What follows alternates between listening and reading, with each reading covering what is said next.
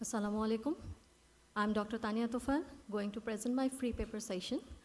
In front of you, the topic is the association of Elapier gene RS1137100 and RS1137101 polymorphism in Bangladeshi women with gestational diabetes mellitus.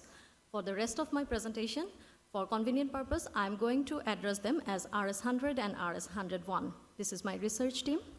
As we know that RS101 single nucleotide polymorphism is associated with a single amino acid change from glutamine to arginine at position 223 in the leptin receptor gene, and which might influence the metabolic conditions of both mother and fetus. That's why we wanted to look out whether there is any association in GDM population with these SNPs.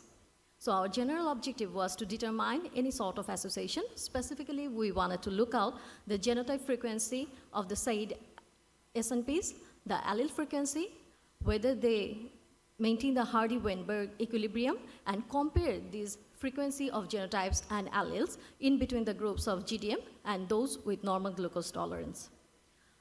So this was a single cross-sectional observational study that was done in the GDM clinic in the Department of Endocrinology, BSMMU, starting from April 2021 to March 2022. We recruited 38 GDM patients along with 72 controls via consecutive purposive sampling. We included any pregnant women with singleton pregnancy, and pregnant women with prior history of diabetes mellitus were excluded. So after an overnight fast, the pregnant women came to our department and underwent 3-sample OGTT. According to the WHO 2013 criteria, we assigned them in the groups of either GDM or they served for us as the control. And the serum and genetic samples were stored accordingly. These are my variables. We use the WHO 2013 criteria for assigning GDM or NGT and the insulin indices. For SNP genotyping, we implied the Sanger DNA sequencing method, which was done in National Institute of Biotechnology. So at first DNA isolation was done, then PCR amplification of the desired fragments, and then sequencing via chain termination method. These are the chromatograms showing the genotype of RS100 and 101, the homozygous wild, heterozygous, and homozygous mutant variety.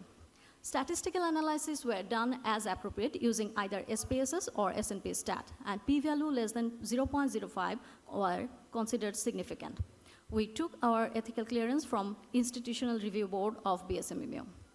Moving on to the results, as you can see that the GDM and NGT population did not differ except in case of BMI and previous history of GDM in their baseline characteristics. Still, the GDM group was more insulin resistant in terms of higher fasting insulin and HOMA-IR value, and they had significantly higher leptin levels too. The Hardy-Weinberg equilibrium revealed that the Hardy-Weinberg equilibrium was maintained in the control group in both the SNPs, but there was departure from the equilibrium in both the groups, in both the SNPs for GDM population. The genotype frequency shows that the frequency of A and G alleles were statistically similar for both the SNPs in GDM and NGT groups. Same goes for the allele frequency as depicted by the p-values. We tried to look out the association of Elapier RS100 genetic variants with GDM in different genetic models, namely the dominant, codominant, log additive, and over-dominant model, but we did not find anything significant.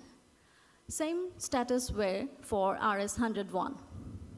The linkage disequilibrium analysis shows that the D prime value of 0.6, that there is no LD between the variants. The haplotype association analysis for GDM shows no significant association with GDM.